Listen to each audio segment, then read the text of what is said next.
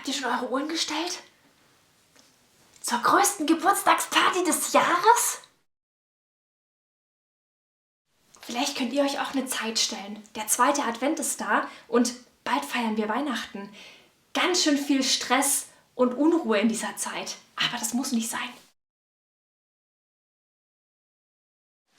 Ihr könnt euch auch einen Wecker stellen für einen kleinen Moment, einen klitzekleinen Moment in eurem Alltag.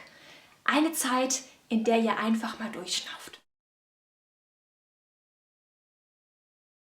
Einen Moment, eine Minute für dich und Gott. Na, nimmst du die Herausforderung an?